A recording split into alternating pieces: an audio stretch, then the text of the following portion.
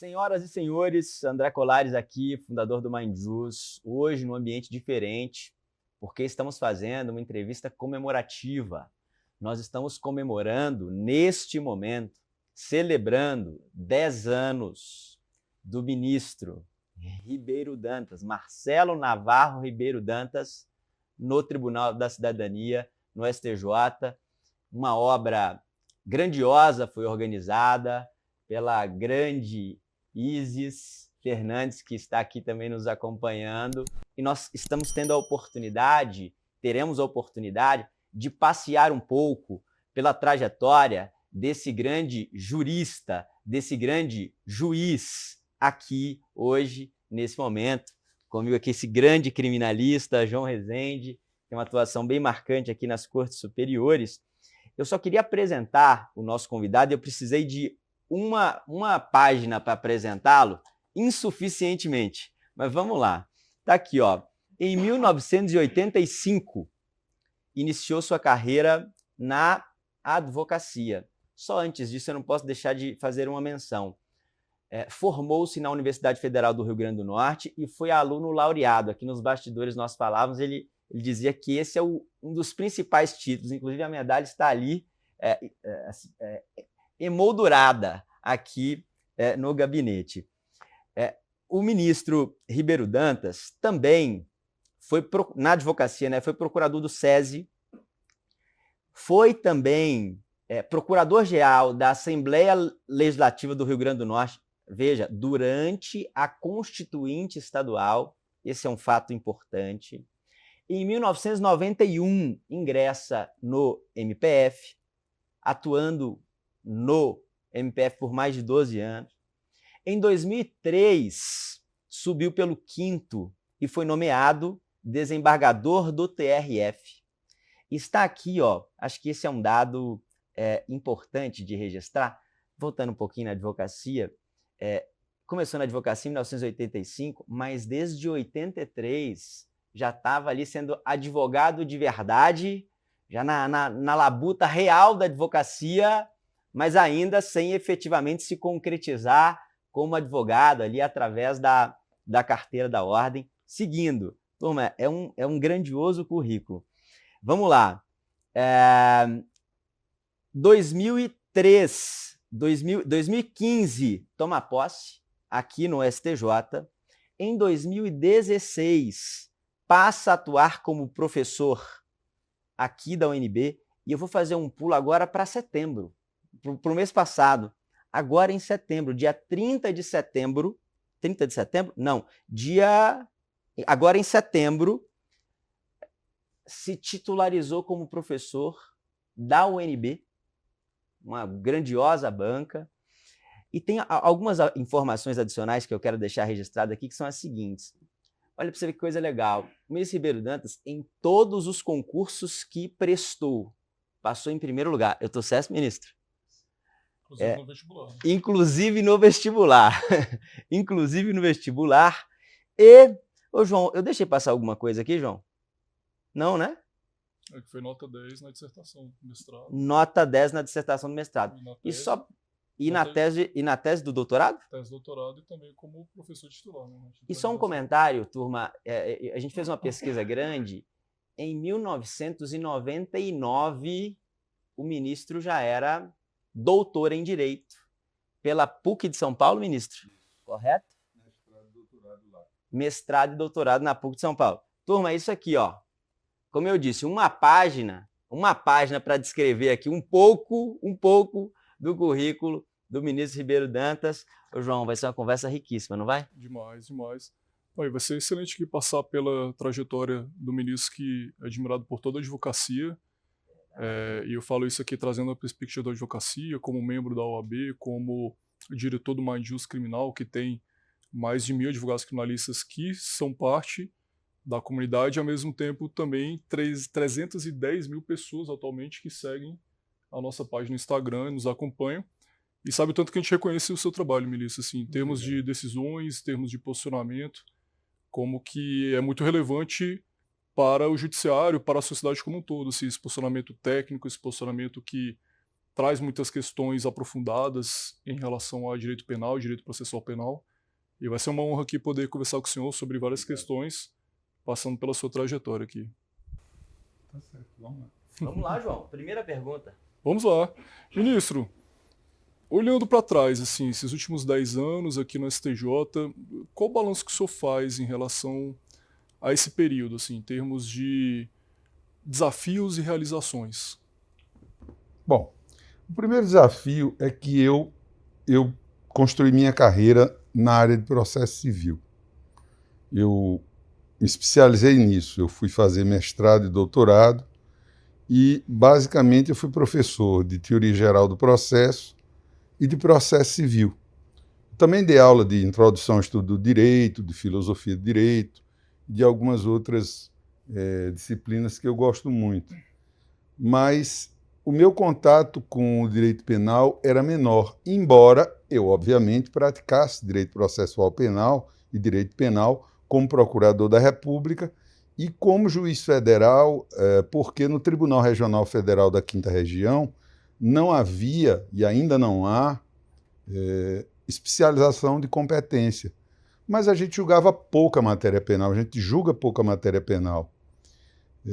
E quando eu cheguei aqui, a vaga estava numa turma da terceira sessão, a sessão de direito penal. E eu fiquei nessa vaga, comecei a trabalhar com direito penal e direito processual penal e tomei uma decisão. Eu não vou sair.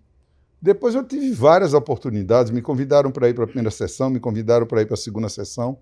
Você é muito bom em direito público, você conhece direito privado. Eu trabalhei, por exemplo, eu participei de um grupo que fez comentários ao Código Civil de 2002, sob a direção do professor Arruda Alvim de São Paulo, saudoso, meu querido e saudoso mestre. Mas eu disse, não, eu acho que eu posso ajudar mais aqui em direito penal, trabalhando com processo penal. Então eu vim para cá, para essa área, e eu tive de me reinventar, inclusive na área acadêmica. Eu parei de ensinar processo civil e assumi processo penal. Então essa foi a primeira coisa, vamos dizer, do ponto de vista mais pessoal.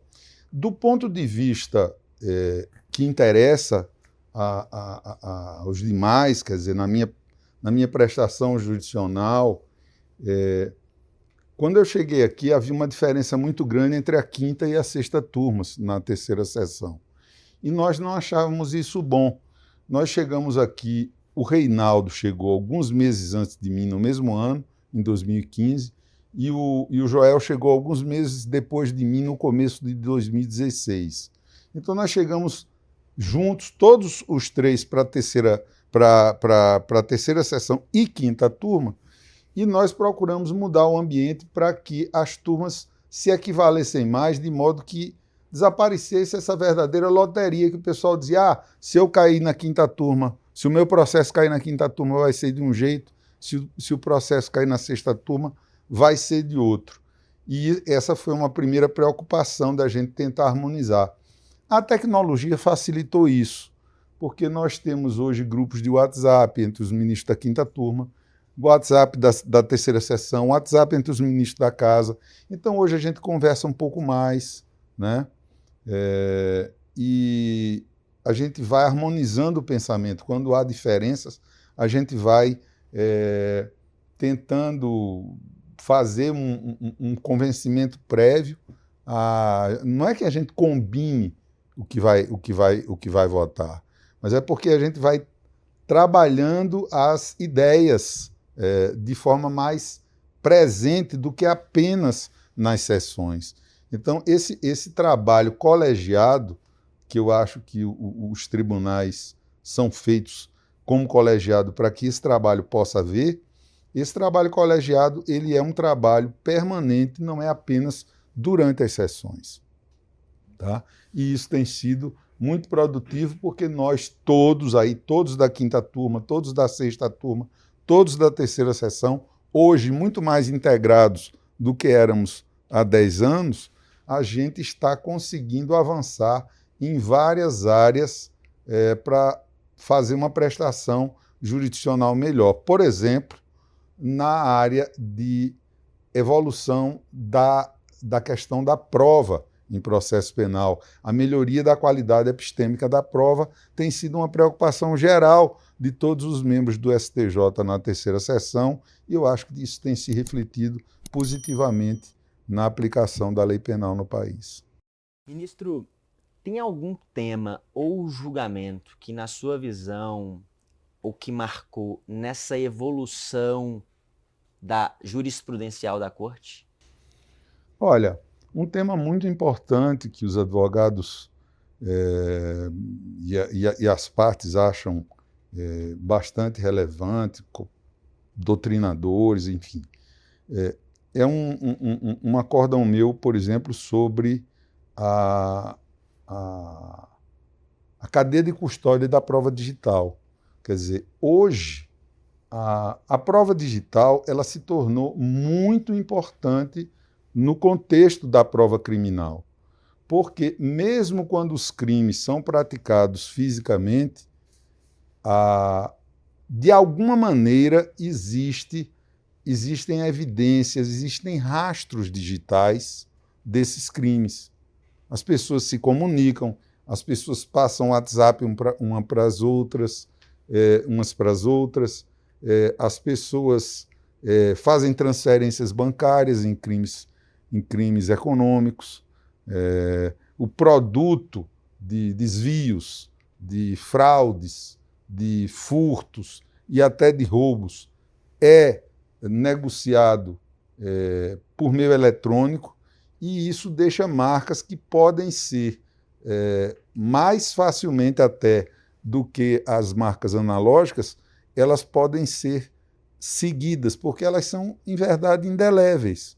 O pessoal diz muito, tornou-se um lugar comum, a internet é para sempre. É mesmo. Antigamente, se você, por exemplo, se havia uma notícia sobre você, uma notícia boa e principalmente uma notícia ruim, que é o que as pessoas querem, avião no ar não dá manchete, só dá manchete quando cai, infelizmente, é da natureza humana. Então, quando sai uma notícia sobre alguém, passados 10 anos, se não fosse uma pessoa que tivesse lido aquilo no jornal ou na revista e arquivado aquela notícia, ninguém ia se lembrar mais. Hoje tudo fica na internet. E se você quiser dizer, ponha o nome de fulano aí no Google, ponha o nome de fulano no motor de busca, e você acha o que aconteceu com ele há 5 anos, há 10 anos, etc. Então, essas medidas, elas permitem que a gente tenha uma esperança de que a investigação criminal no Brasil, que é ainda tão falha, que descobre o resultado de tão poucos crimes, até de crimes gravíssimos como o homicídio, o percentual de resolução dos crimes é baixo, as pessoas ficam iludidas. Vamos aumentar a pena desse crime, vamos transformar isso aqui que não é crime em crime, vamos transformar esse crime aqui em crime hediondo, porque a pena fica mais alta, o bandido vai ter medo de praticar o crime. A questão não é o tamanho da pena, é a certeza de que ela vai ser aplicada. Então, uma resolução muito baixa das investigações criminais leva à impunidade. E a prova digital ela pode ser uma maneira de a gente conseguir melhorar a qualidade da investigação criminal no Brasil. Então, essa preocupação com a cadeia de custódia que existe em todas as provas, mas que no caso da prova digital ela pode ser seguida de forma muito detalhada e muito precisa, é um assunto que eu tive a felicidade de ter relatado e que eu acho que é muito importante. Ministro, até sobre esse assunto, se eu não me engano, esse RHC que o senhor está falando é 14369, do Rio de Janeiro. Eu sei disso porque eu dou palestra sobre a questão da cadeia de custódia e falei, esse precedente, pessoal, é paradigmático, e a gente precisa seguir esse regramento porque tem o passo a passo do que deve ser feito em termos de cadeia de custódia de prova digital. E aproveitando esse tema, que eu vejo que é extremamente relevante, não só para a advocacia, mas para o judiciário como um todo, lá no Mindjus a gente tem essa missão de aumentar o nível da advocacia criminal, de formar, trazendo cursos, trazendo excelentes professores, e com isso a gente percebe que existe uma dificuldade da advocacia de muitas vezes traduzir a questão técnica da cadeia de custódia da prova digital para a magistratura e também para ter um debate técnico para estabelecer parâmetros bem objetivos em relação à produção da prova. Então, tem algum recado que o senhor possa comentar assim, para a advocacia, não só para a advocacia, mas para o judiciário? Para os operadores de direito em geral. Cada vez mais as pessoas acham que o conhecimento jurídico tem se afunilado. As pessoas precisam ser mais especialistas, né? Mas, ao mesmo tempo, é mais do que nunca necessário que elas conheçam outras áreas de direito, pelo menos razoavelmente, para ajudar naquela área que ela resolveu aprofundar. E que ela conheça outras áreas fora do direito. Um bom advogado criminal ele tem que ter boas noções de informática, ele tem que ter boas noções para que ele possa direcionar a sua atividade, orientar o seu cliente para uma defesa adequada. Isso vale para o acusador, para o Ministério Público, para o investigador, sobretudo, para a polícia, para que a gente saia dessa quase que prisão metodológica de uma investigação baseada em confissões e flagrantes.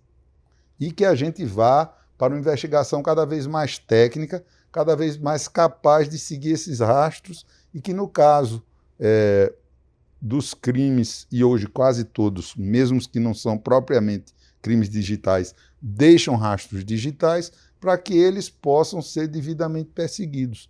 Se eles forem devidamente investigados, quando chega no momento do processo, tanto a acusação pode fazer uma persecução penal de maior qualidade, como a defesa pode rebater essa acusação da melhor maneira.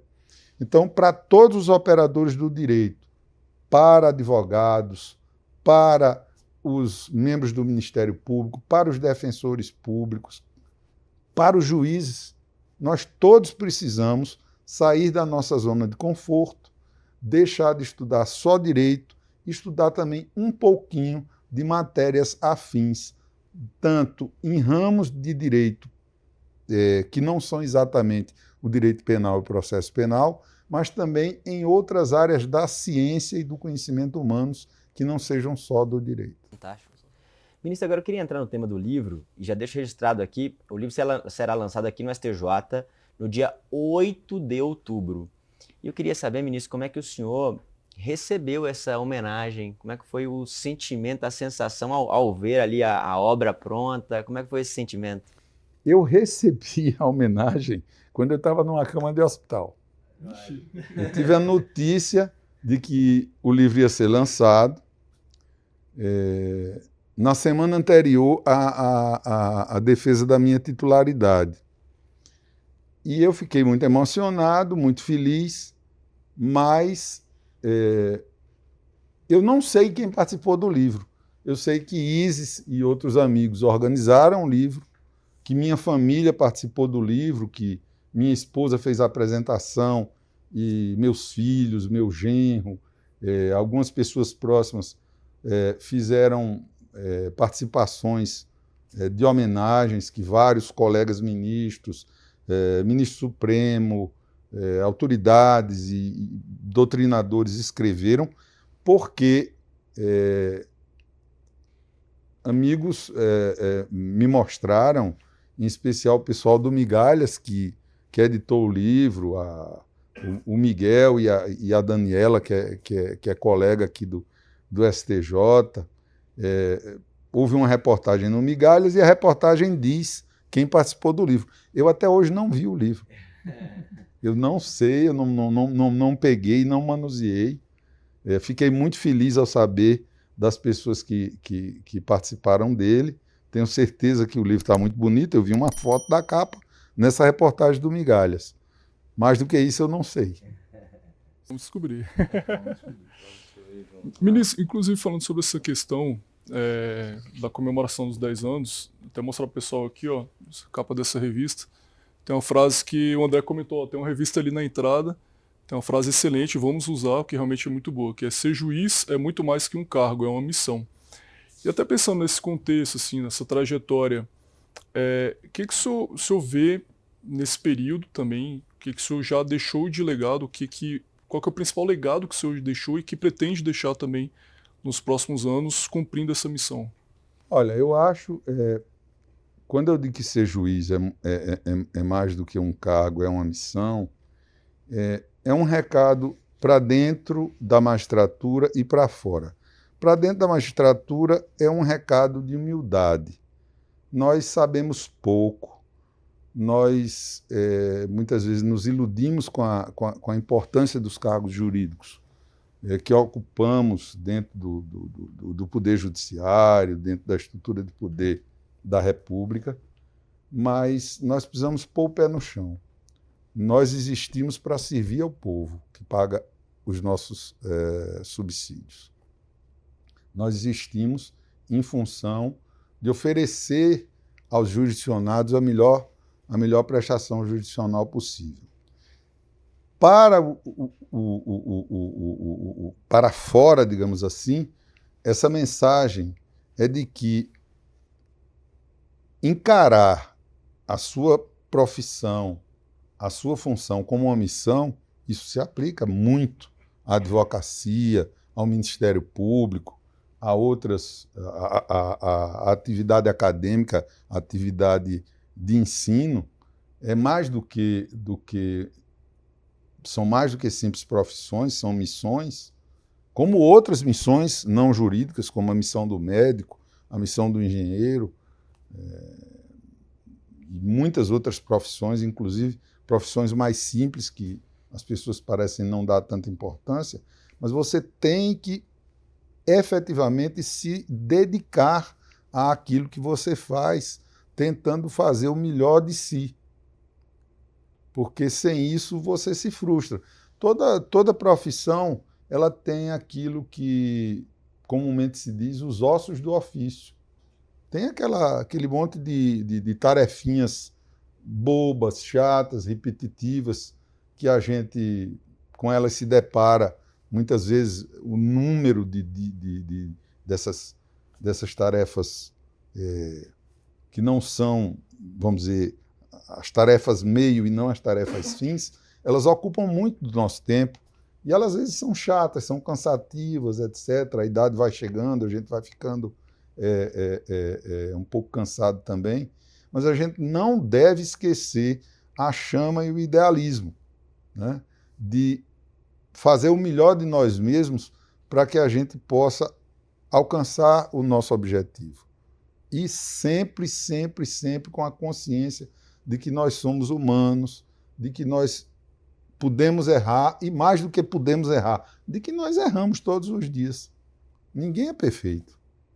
Mas a consciência da imperfeição e a existência da imperfeição, elas são, de um lado, um impulso para melhorar e diminuir as imperfeições e o objetivo, né? Aquela frase do escritor uruguaio, meu Deus do céu, está me dando um branco, autor de As Veias Abertas da América Latina. Ele diz assim: para que existe o horizonte? O horizonte existe para eu caminhar, porque eu não vou atingir o horizonte nunca. Cada vez que eu ando em direção ao o horizonte se afasta de mim. Mas, existindo esse horizonte, existindo esse objetivo, existindo esse ideal, a gente vai caminhando, a gente vai produzindo, a gente vai fazendo as coisas. Perfeito. Ministro, um ponto que a gente queria entrar aqui é o seguinte: vocação acadêmica. Nós sabemos que o senhor prestou concurso, eu até não falei no início, para a UFRN em 1993, e há pouco se titularizou na Universidade de Brasília. E eu queria saber, ministro, o que essa conquista representa, apesar de já ser professor desde 93, doutorado concluído em 99, mas com essa titularização agora, nesse momento da vida, o que isso representa? Olha, ensinar para mim sempre foi quase que uma segunda natureza. Eu digo muito que ensinar é a coisa que eu faço há mais tempo. Eu comecei a ensinar antes de me formar em Direito, eu comecei a ensinar antes de ser advogado, antes de ser promotor, antes de ser desembargador, antes de ser ministro. Eu comecei a ensinar a meus colegas de colégio e assim que eu passei no vestibular, eu fui convidado por um ex-professor para ser professor de um colégio. Então, eu sou professor com carteira assinada desde os 17 anos de idade. Eu fui professor de História Geral e do Brasil, eu fui professor de cursinho na disciplina de História, eu fui professor de Direito e Legislação no Colégio Marista, onde eu estudei em Natal. Eu fui professor da Universidade Potiguar, UNP, e a gente brincava, ó, parece a UNB, sem eu saber que depois viria para a UNB. Eu fui professor fundador da Faculdade de Direito da UNP, da Universidade Potiguar. Eu dei aula no primeiro dia, na primeira turma, como professor de introdução ao estudo do direito. E depois dei aula na UNP como professor eu já tinha dado aula antes do curso de Direito, em cursos de Economia e Ciências Contábeis, matérias jurídicas, noções de Direito para Economia e Ciências Contábeis. Fui professor de Introdução e depois fui professor de Teoria Geral do Processo e fundei uma disciplina na UNP chamada Processo Constitucional. Dei muitos anos aulas na UNP, dei aula no Centro Universitário do Rio Grande do Norte, na UniRN, dei aula na pós-graduação, mestrado e doutorado na Universidade Federal de Pernambuco, dou aulas ainda na Universidade 9 de Julho de São Paulo, por vídeo. Dou palestras e cursos, enfim, por todo o país, desde que eu era procurador da República. Então, eu ensino com algumas pequenas interrupções, em especial o período que eu passei fazendo pós-graduação em São Paulo, eu dou aulas há mais de 40 anos. Então, na Universidade Federal do Rio Grande do Norte e a minha transferência para a UNB, essa é a minha, vamos dizer, a minha escola principal, a minha alma mater, a Universidade Federal do Rio Grande do Norte. Essa transferência para a UNB ela foi dura, difícil, porque de início nós não conseguimos fazer uma transferência administrativa, precisamos entrar em juízo, e por isso eu demorei a ser professor titular. Eu já era professor associado 4 em 2015 da Universidade Federal do Rio Grande do Norte, ia pedir a minha transferência, ia pedir banca para professor titular, mas aí entrei na justiça e fiquei num limbo durante mais de 5 anos, porque eu não podia pedir banca na Universidade Federal do Rio Grande do Norte, porque eles iam dizer, você nem dá aula aqui mais. E não podia pedir banca na Universidade de Brasília, porque eles iam dizer, você nem é do nosso quadro. Então, só quando se efetivou realmente a transferência, no final do ano passado, eu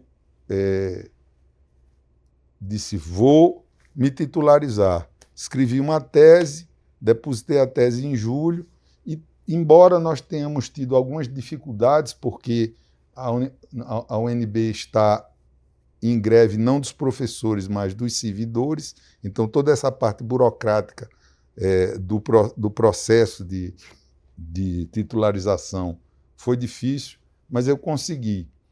E isso me deixou muito feliz, porque agora, como professor titular, eu posso ter mais liberdade para estabelecer linhas de pesquisa, projetos de pesquisa, conforme eu desejo, e não posso deixar, porque é um lado emocional que me bate muito forte, o meu pai, que está aqui nesse quadro, ele foi o primeiro professor titular concursado do curso de Direito da Universidade Federal do Rio Grande do Norte. Então, esse foi um exemplo que sempre eu tinha como um farol a seguir. E no dia que eu conquistei isso na UNB, eu meio que disse assim ao meu pai: papai, cheguei lá, consegui. Ele foi a pessoa, sem dúvida nenhuma, me desculpe, ele foi a pessoa, sem dúvida nenhuma, mais importante na minha formação jurídica, e quando eu atingi o cargo de professor titular, eu pude achar que eu estava conduzindo a chama que ele me passou. Não, João? Ministro, inclusive quando o senhor defendeu a tese, o senhor trabalhou o tema da confissão no processo penal, né, admissibilidade e valoração da confissão no processo penal. Você poderia falar brevemente sobre as suas principais conclusões a respeito do tema? Bom, essa tese nasceu também quando você me falou de um assunto importante que eu tinha relatado aqui no STJ. Eu falei da cadeia de custódia, não falei do problema da confissão, porque eu sabia que isso ia findar aflorando devido à tese de titularidade.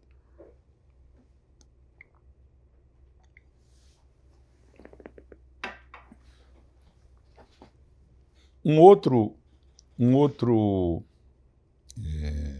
acórdão que eu relatei, foi muito importante, foi um acórdão sobre a confissão, em que eu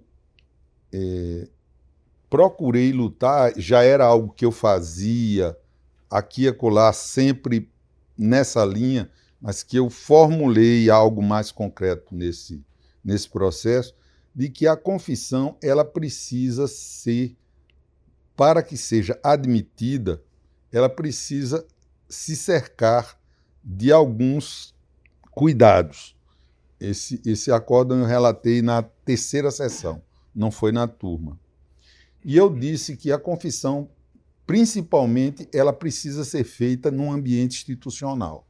Então, ela precisa ser feita, se não for num estabelecimento da justiça, que seja pelo menos numa delegacia de polícia, que seja numa sede do Ministério Público, que seja num órgão de investigação qualquer, para que a gente acabe com essa história das confissões.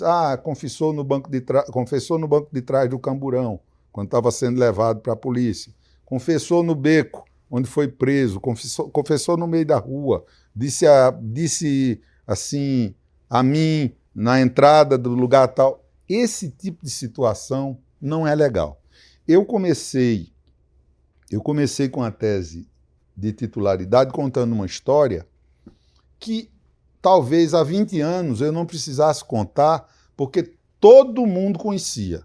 Todo estudante de direito, no primeiro ano, ele já ouvia falar do caso dos irmãos Naves, que aconteceu em 1937. O advogado escreveu um livro que se tornou um best-seller naquele tempo, e sobre ele foram feitas peças de teatro, principalmente em Minas, onde o caso aconteceu. Foi feito um filme de grande sucesso, com atores que eram muito famosos naquele tempo, com Raul Cortez, com Johnny Herbert, com vários artistas de sucesso. Então, todo mundo sabia o que era o caso dos irmãos Naves. Eram dois irmãos que foram acusados de ter matado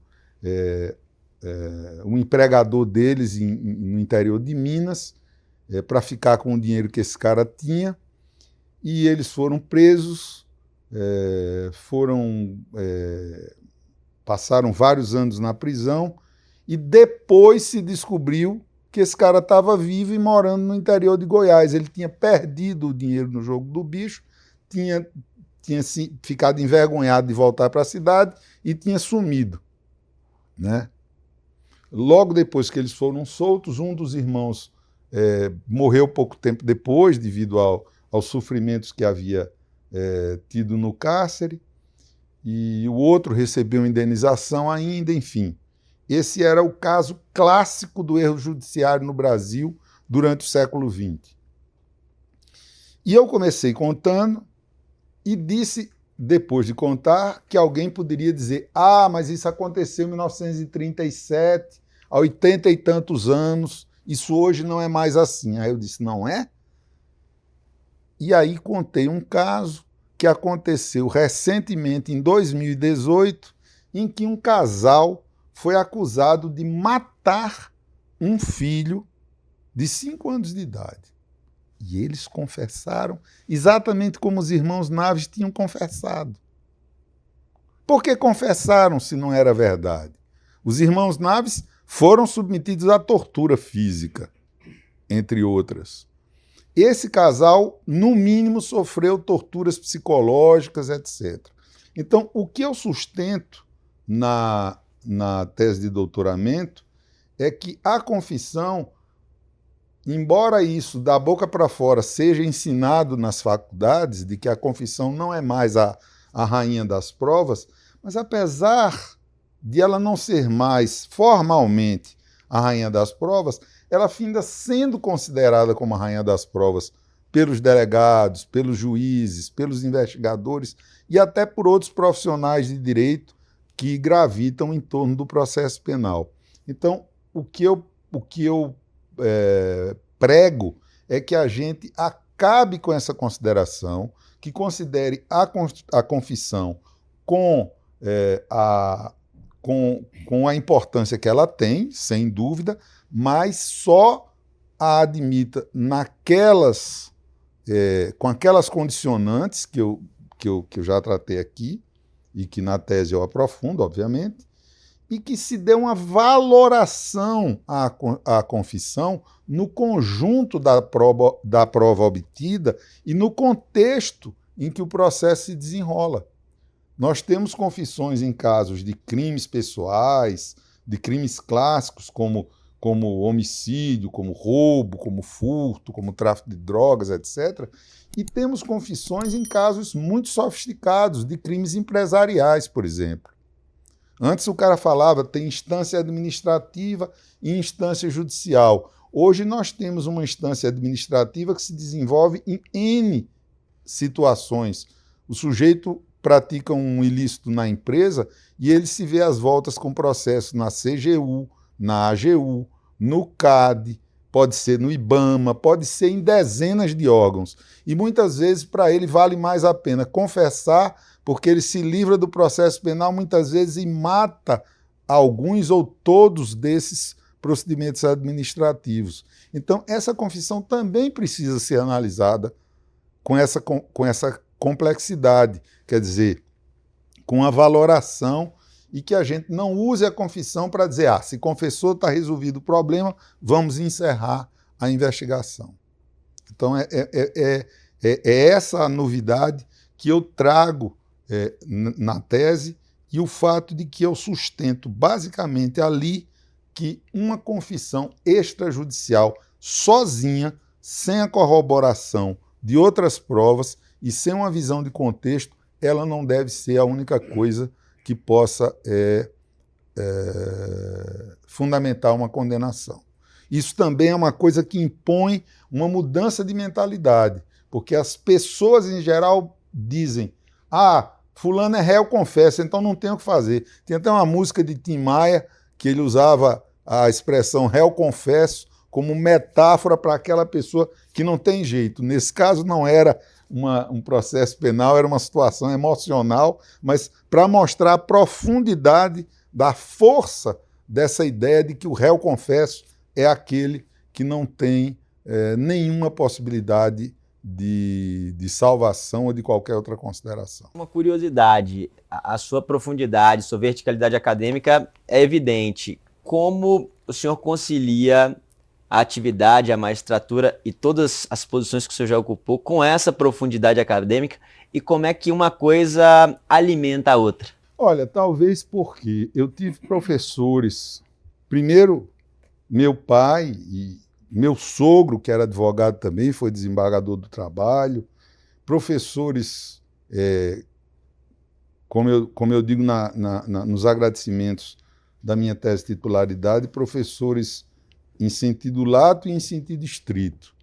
Eu tive professores como o professor Arruda Alvim, que também, mais do que um professor, foi uma pessoa muito importante na minha vida, porque eu trabalhei com ele, no escritório dele, nós criamos uma amizade que se estendeu para a família, tanto a família dele como a minha família, os filhos dele, em especial a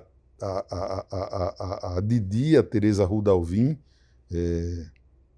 que é como uma irmã para mim, o Dudu Arruda Alvim, a esposa dele, a professora Tereza Arruda Alvim, que foi orientadora do meu mestrado e do meu doutorado, então se tornaram uma família. Mas eu tive grandes professores. Na Faculdade de Direito eu destaco, além do meu pai, o professor Ivan Maciel de Andrade, que é hoje meu confrade na Academia Norte-Rio-Grandense de Letras e na Academia de Letras Jurídicas do Rio Grande do Norte, e que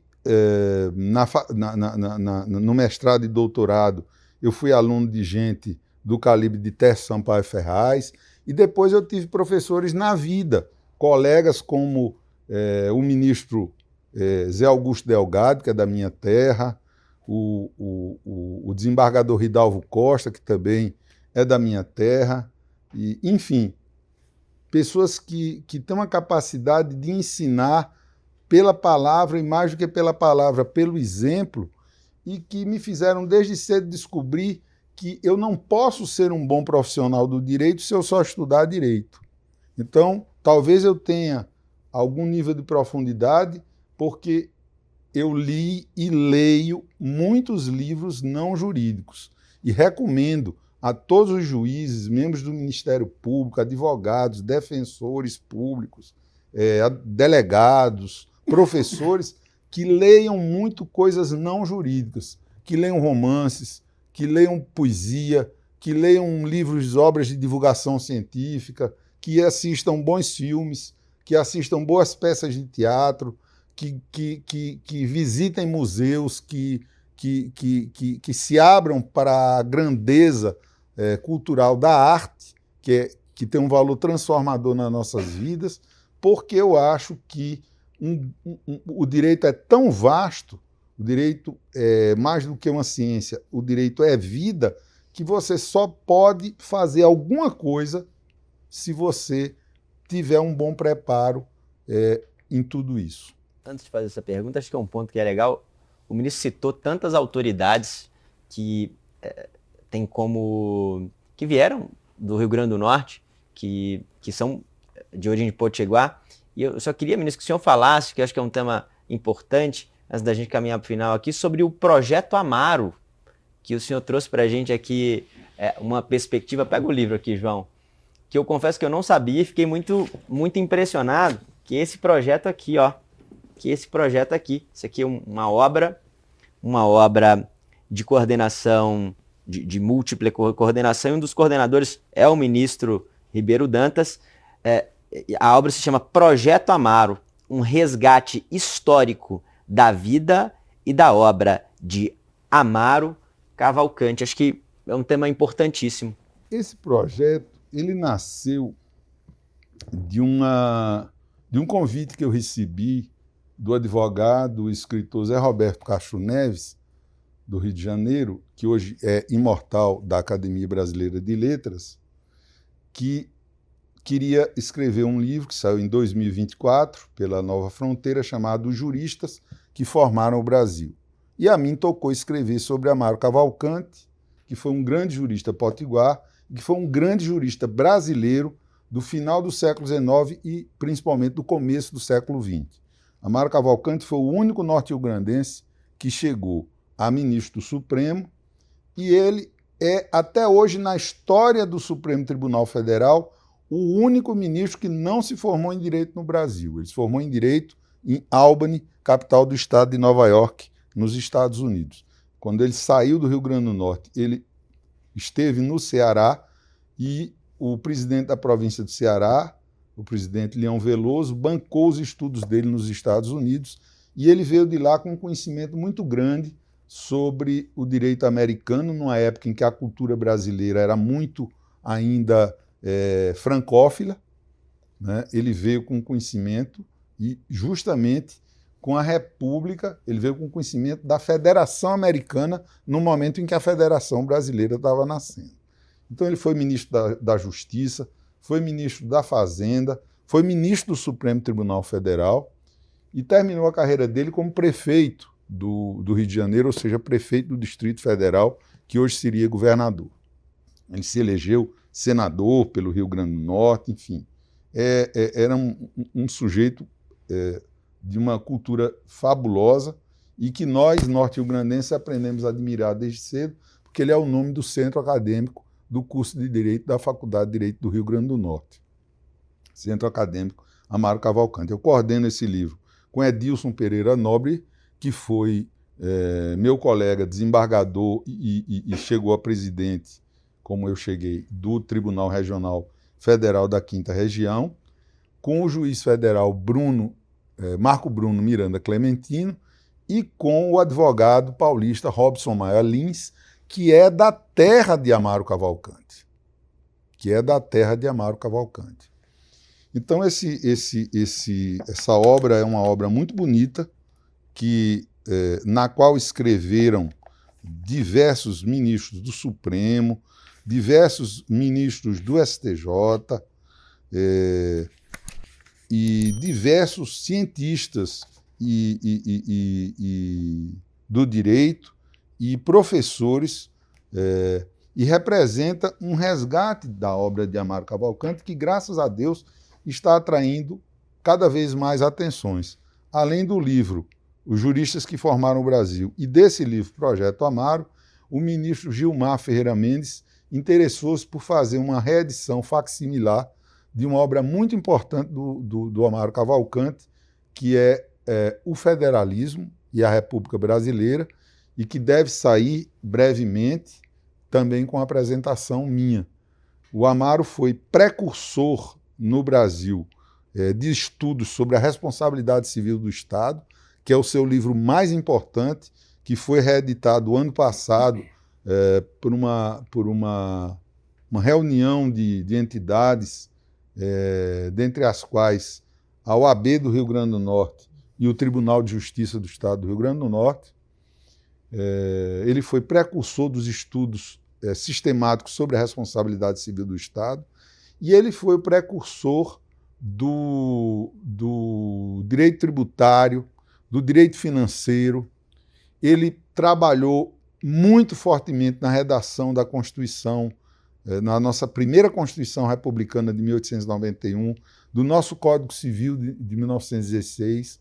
Então, realmente, Amaro merece ser redescoberto. E esse livro, por exemplo, que vai ser reeditado facsimilarmente, sobre o federalismo, ele tem uma parte que está completamente atual, que são os conceitos básicos do federalismo e que pode perfeitamente servir para os estudos de direito constitucional, inclusive para os jovens que estão começando a profissão. Ministro, a gente tem só mais umas 50 perguntas aqui, acho que dá para ir mais algumas horas. Então, uma tarde livre. Mas um tema do momento, em relação aos operadores de direito, que é o HC de número 1 milhão, do qual o senhor foi relator, e trouxe uma mensagem para toda a comunidade jurídica a respeito desse problema que nós estamos enfrentando como um todo. Lá no Mind Jus Criminal, a gente vem, nessa missão de aumentar o nível da advocacia criminal, trazer muito do que assessores e até magistrados também falam sobre esse problema. Como que a advocacia pode contribuir, trazendo para si esse papel, né? Claro que não é apenas um problema da advocacia, mas assim, o que a advocacia pode fazer para contribuir em relação a esse problema. E assim, a gente tem assessores que comentam com a gente, poxa, a gente teve que analisar 4 vezes um HC que foi impetrado sobre o mesmo tema, a mesma tese, e a gente fala para a advocacia, pessoal, vamos, obviamente, trabalhar de forma técnica e reduzir a carga de trabalho judiciário, porque todo mundo sofre com isso. A sociedade como um todo, a advocacia como um todo, todo mundo. E o que o senhor poderia falar aqui para os operadores de direito como um todo a respeito desse problema do habeas corpus? Eu tenho uma teoria de que uma parte desse problema se deve ao atraso do Código de Processo Penal, em especial na sua parte recursal. Não é o fato de... é porque o Código é velho, é de 41. Não, tem leis mais velhas do que o Código de Processo Penal. Em outros países, por exemplo, a França, o Código Civil da França é de 1804, o Código Civil da Alemanha é de 1900. E estão em vigor, estão funcionando plenamente. Por quê? Porque são periodicamente atualizados. O problema do Código de Processo Penal no Brasil é esse. O Código não sofre atualizações periódicas de forma sistemática.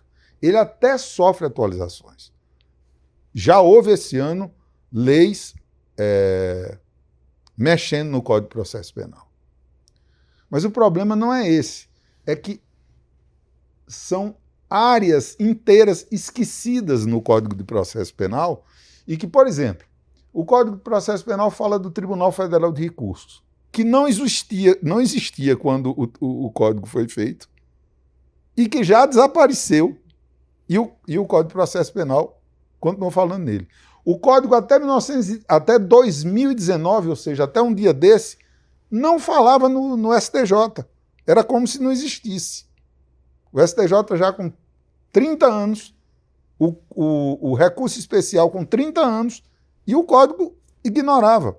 O Código continua, por exemplo, dizendo que o exequatur para as cartas rogatórias que vêm do exterior e a homologação das sentenças estrangeiras é de competência do Supremo, quando desde 2004, com a emenda constitucional 45, essa competência passou para o STJ. O Código ignora isso.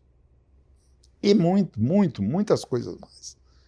Quando a gente lê a parte recursal do Código, faz pena, porque os recursos são estruturados para uma época em que, em 41, não existia caneta esferográfica. Caneta esferográfica se populariza depois da Segunda Guerra Mundial. Então, em 41, não havia caneta esferográfica.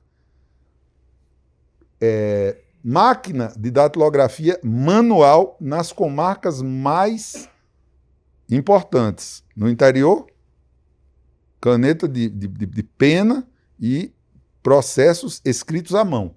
Então, é essa estrutura, quando a gente começa a ler, a gente percebe. Porque, às vezes, os alunos perguntam, tem assim, o serventuário tem tantos dias para fazer o traslado do recurso. Se ele não conseguir, ele pede mais dias para o juiz e o juiz poderá autorizar ou não. Aí o aluno pergunta, professor, por que o serventuário não vai conseguir em 5 dias? Não é só tirar xerox ou dar um Ctrl+C, Ctrl+V? Não existia nem copiadora, nem computador naquele tempo. Então, isso faz com que a estrutura seja antiquadíssima. Então, você tem o principal recurso contra as interlocutórias no Código de Processo Penal é um recurso super antiquado chamado recurso cito e distrito. O que é que acontece? Quando a defesa está diante de uma situação em que caberia, talvez, um recurso cito e distrito, ela corre para o habeas corpus, que é muito mais fácil. Isso aumenta o número de habeas corpus. Se a gente tivesse um agravo criminal, parecido com o agravo de instrumento de processo civil, com interposição direta nos tribunais e com a possibilidade de o relator conceder tutelas para um lado ou para o outro, nós já... Uma boa porcentagem dos habeas corpus já chegaria através do recurso próprio. Isso aliado, obviamente, a uma consciência da advocacia para não entrar com habeas corpus repetidos. Se você tem um habeas corpus correndo, está na mão de um relator, surgiu um fato novo, ou você quer aumentar o pedido, quer fazer um pedido qualquer, faça uma petição no habeas corpus. Não entre com outro habeas corpus. Porque se entrar com outro habeas corpus, o relator vai ter que mandar para o MP para dar outro parecer, e um habeas corpus às vezes prejudica o outro. Existe uma fuga completa, e aí vem a necessidade do conhecimento da filosofia. Em matéria de habeas corpus, nós sempre estamos indo no caminho contrário à chamada navalha de Ockham, que dizia que nós não devemos multiplicar as possibilidades quando elas são desnecessárias. Se eu tenho um caminho reto entre dois pontos, eu não tenho para que sair dando voltas para chegar. Eu devo eliminar, né, essas entidades desnecessárias ou redundantes. Então, no habeas corpus, nós findamos desrespeitando a navalha de Ockham, que é um instrumento filosófico ainda da Idade Média, de um grande filósofo, e que os operadores do direito precisam pensar nisso também. Então, uma modificação do Código de Processo Penal. Se não se consegue um Código de Processo Penal novo, e eu acho que na situação política atual é difícil, eu então prego o seguinte, que se faça no processo penal o que se fez no processo civil dos anos 90, as chamadas mini ou micro-reformas, que na época foram lideradas, inclusive, por um ministro do Superior Tribunal de Justiça, o saudoso ministro Salvo Figueiredo Teixeira. Ele fez um processo de adjornamento, um processo de atualização do processo civil brasileiro nos anos 90, com a criação, por exemplo, da tutela antecipada, do novo modelo de agravo, e ele fez várias mini-reformas, projetos de leis curtos, que obedeciam à mesma sistemática, né, auxiliados por outros grandes juristas e tal, mas foi o ministro Salvio que foi a grande alma por trás disso, o ministro que esteve à frente desse processo. E se nós fizéssemos hoje mini-reformas no processo penal, em especial nessa parte recursal e das tutelas criminais, da intervenção de terceiros no processo penal, que também tem alguns problemas, nós poderíamos talvez abrir caminho para um futuro novo Código de Processo Penal, como aconteceu em 90. As micro-reformas, elas abriram, elas limparam o campo do processo civil. Em 2015 veio o Código Novo, que basicamente consolidou essas micro-reformas. Então, a gente precisa de mini-reformas no direito processual penal agora, para ver se a gente, pelo menos, minora, em grande parte, essa crise do excesso de habeas corpus. Porque não adianta você querer passar medidas que restringam o habeas corpus. Primeiro, eu acho que elas não passam no Congresso. Depois, se passarem, talvez o Supremo as declare inconstitucionais. Terceiro, porque elas são antipáticas, elas são restrições à liberdade. Então, não é o caminho. O caminho é melhorar o processo ordinário criminal. Da mesma forma, quando se fizeram as micro-reformas, o processo civil vivia uma crise porque se usava mandado de segurança demais, se usava mandado de segurança para tudo. Depois que vieram essas micro-reformas, hoje o mandado de segurança voltou ao seu leito natural, sem que ninguém precisasse trazer uma norma restringindo o mandado de segurança. Então não precisa restringir o habeas corpus. Pode deixar que o habeas corpus voltará para seu leito, desde que os outros meios do processo penal sejam meios fáceis, rápidos, efetivos e de um manejo mais coerente por parte dos advogados e dos acusados.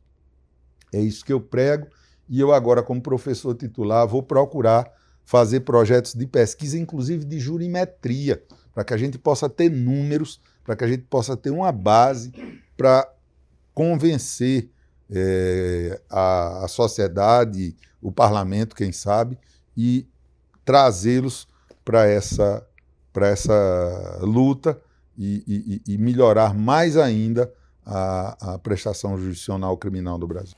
Sensacional, né, João? Ministro, nos colocamos à disposição para somar com isso. Nós fazemos um acompanhamento rigoroso da jurisprudência do STJ. Nós temos uma base de 28 mil decisões favoráveis à defesa catalogadas. Agora, acabamos de fazer uma análise de todas as decisões do recesso, uma a uma, minuciosamente, separando os temas de maior repercussão. Então, esse é o tema da maior importância. E para a nossa audiência aqui, esse mês nós tivemos 25 milhões de visualizações no meio jurídico. Essa fala aqui, João, ela tem que ser obrigatória para todo operador do direito. Todo, 100%. Isso aqui tem que... Ó, se você é professor, coloque seus alunos para assistir. Se você é magistrado, coloque aí no grupo dos magistrados. Se é promotor, coloque no dos promotores. Se é defensor, coloque nos defensores. Se é serventuário, coloque no grupo dos serventuários. Isso aqui é obrigatório. Obrigatório. Então, nos ajude a levar essa mensagem adiante, que é uma mensagem importantíssima para o Estado Democrático de Direito. Então, nos ajude com isso aí. Essa mensagem é muito importante. Caminhando para o final, João, professor, eu queria te perguntar sobre uma questão. O senhor frequentemente é descrito como um magistrado humanista e eu queria escutar o senhor sobre o seguinte: como é que foi essa sua formação humanista? Se o senhor também se vê como um magistrado humanista? Acho que isso é uma pergunta que não podia faltar aqui nessa nossa conversa. Sim, me vejo como um magistrado humanista porque acho que todo profissional do direito deve aspirar a ser um humanista. A gente deve se preocupar com o ser humano. A gente deve conseguir ter empatia. A gente deve conseguir se ver na situação do outro, mesmo quando o outro está sendo acusado de coisas terríveis. A gente tem que tentar fazer isso. Essa formação humanista, essa formação humanística, ela remete àquele assunto que eu já tratei aqui. É o de você ter uma base cultural que vá além do direito, que vá nos livros. Eu, graças a Deus, minha casa era uma verdadeira biblioteca. Meu pai tinha muitos livros, lia muito, ele brincava, dizia, a pouca cultura que eu tenho, mentira que era muita, a pouca cultura que eu tenho eu devo à minha insônia. Eu herdei isso dele. Desgraçadamente, eu também tenho insônia. Então, isso me faz ler, né? Então, você lê bons romances, você lê bons livros. Uma pessoa que lê um livro como Crime e Castigo, de Dostoiévski, e atua na área jurídica, ou estuda direito, é estudante, essa pessoa nunca mais pensará na vida, no crime, na morte, nas relações humanas, como se ela não tivesse sido despertada para uma coisa diferente. Eu coloquei na epígrafe da minha tese de titularidade um trecho de Victor Hugo no Nossa Senhora de Paris, que é conhecido como Corcunda de Notre Dame aqui no Brasil, em que o Corcunda é interrogado pelo preboste de Paris, que era uma autoridade judiciária, e ele, Corcunda, é surdo. E o preboste era surdo. Então ele está naquele instrumento de tortura chamado roda, né, que o sujeito ficava amarrado numa roda, e lhe são feitas perguntas, é um livro sobre a confissão, né? Lhe são feitas perguntas e ele ouve mal o juiz perguntar e diz, ele deve estar querendo saber minha idade. Aí responde. Aí o juiz diz, ele deve estar me agredindo, ele deve estar me afrontando. Aí vem mais bravo e mais bruto possível, e isso se segue. E, obviamente, a corda tora do lado do mais fraco, porque ele é o coitado, ele é o acusado. E aí o juiz o condena a esse suplício durante várias horas, que era um suplício terrível na Europa medieval, E ele manda o funcionário, o greffier, como se diz em francês, redigir a sentença. Aí alguém chega para ele e faz: esse homem é surdo. Aí ele não ouve isso e diz: ah, eu não sabia não. Então bote mais algumas horas de pelourinho para ele. Então, esse é um exemplo. Você tem que ter empatia, você tem que ser humanista, você tem que procurar a cultura geral, porque ela lhe ajuda a isso, principalmente num mundo tão difícil, num mundo que está tão dividido, num mundo que traz tanta novidade, tanta perplexidade, como esse mundo da computação, da inteligência artificial, de um aumento nos últimos anos de guerras. Eu tinha lido um livro há uns 3 ou 4 anos, do Steven Pinker, chamado Os Anjos Bons da Nossa Natureza, e andava um pouco otimista com o planeta.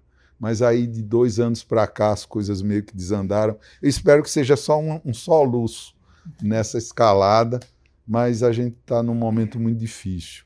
Então, nós todos temos de ter calma, pôr os pés no chão, respirar e pedir a Deus que nos ilumine para que a gente possa trilhar uma estrada mais plana, mais ampla e junto com todos os outros. É isso, basicamente. Ministro, a partir da sua experiência, além dessa bagagem, dessa cultura humanística, o senhor passou ali pela carreira da advocacia por um período, depois Ministério Público, depois foi desembargador federal e agora ministro do STJ. Como que essa experiência nesses outros polos, digamos assim, do processo penal ou do processo como um todo, influenciaram o seu perfil como magistrado? E o que o senhor pode comentar para contribuir para os magistrados também, a partir dessa visão do outro lado da bancada, digamos assim? O fato de ter mudado de função dentro da área jurídica me permite ver algumas coisas. Eu fui advogado, eu fui estagiário, eu fui advogado público, né? Eu trabalhei no legislativo, né? Eu depois fui do Ministério Público, eu fiz defesa do Estado, porque quando eu ingressei, a advocacia da União ela estava prevista na Constituição, mas não havia lei. Então, nós do Ministério Público Federal, nós éramos ao mesmo tempo Ministério Público e AGU. Então, eu fiz defesa da União, inclusive na área trabalhista, porque eu era o único que tinha experiência. Eu era o único que tinha experiência laboral lá na Procuradoria do Rio Grande do Norte, e como eu era o mais novo, eu era o Benjamin, aí os colegas diziam: você vai fazer a defesa da União. Eu peguei aquela época das ações contra os planos econômicos, né, que deram um trabalho danado aquilo. E isso aí realmente é enriquecedor, porque o sujeito entende a posição do defensor, entende a posição do Ministério Público, ele vê que, fulano de tal está insistindo nisso, a acusação está sendo feita assim. Você percebe, às vezes o Ministério Público não faz uma acusação melhor porque não tem condição de fazer.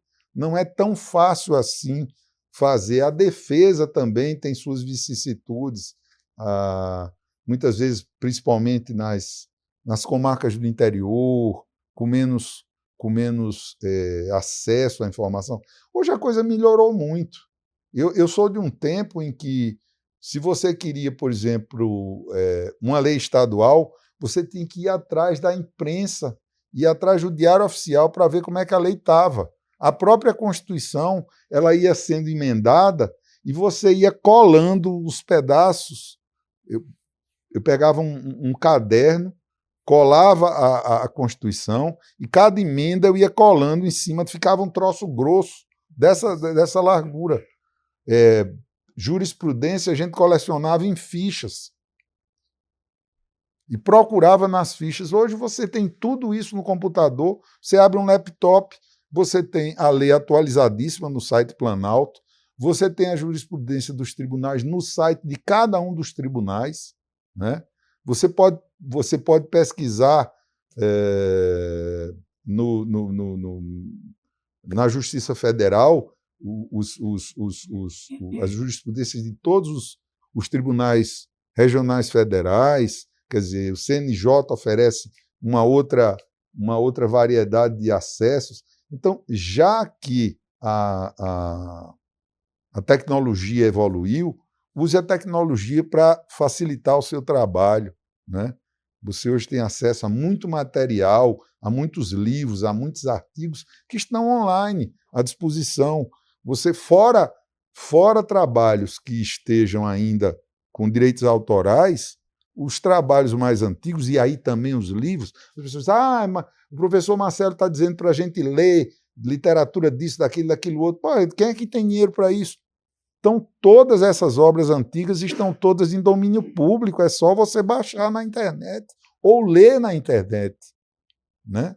Então, só não faz quem não quer, quem não tem vontade. A gente tem que ir, tem que fazer, né? A gente tem que seguir as ordens de São Paulo na sua carta aos Coríntios. Hoje a gente vê, hoje a gente conhece em espelho por enigmas. Um dia a gente conhecerá a verdade, mas enquanto a gente não a conhecer, a gente tem que continuar se mexendo para ir atrás. Fantástico. Ministro, para a gente encerrar, eu queria que o senhor deixasse uma mensagem final para os operadores do direito que nos acompanharam aqui nessa fantástica entrevista. Mais uma vez, te agradeço por nos receber aqui tão carinhosamente no seu gabinete e nos dar esse presente aqui, né, João? Esse presente para nós e para todos os operadores do direito da advocacia, magistratura, Ministério Público, todos os serventuários. Então, uma mensagem final, ministro. Entregue-se a seu trabalho. Procure fazer do seu trabalho alguma coisa útil e você, só com isso, será recompensada. Essa é uma frase inspirada numa... eu não estou citando literalmente porque minha memória não dá para isso, mas é uma frase de um grande pensador e engenheiro, Cardan, que inventou aquele eixo Cardan que tinha nos automóveis. Era um matemático, filósofo, era um polímata. E ele diz isso: se dedique à sua atividade, faça com que ela seja útil, e isso já será de si próprio, em si mesmo, uma recompensa.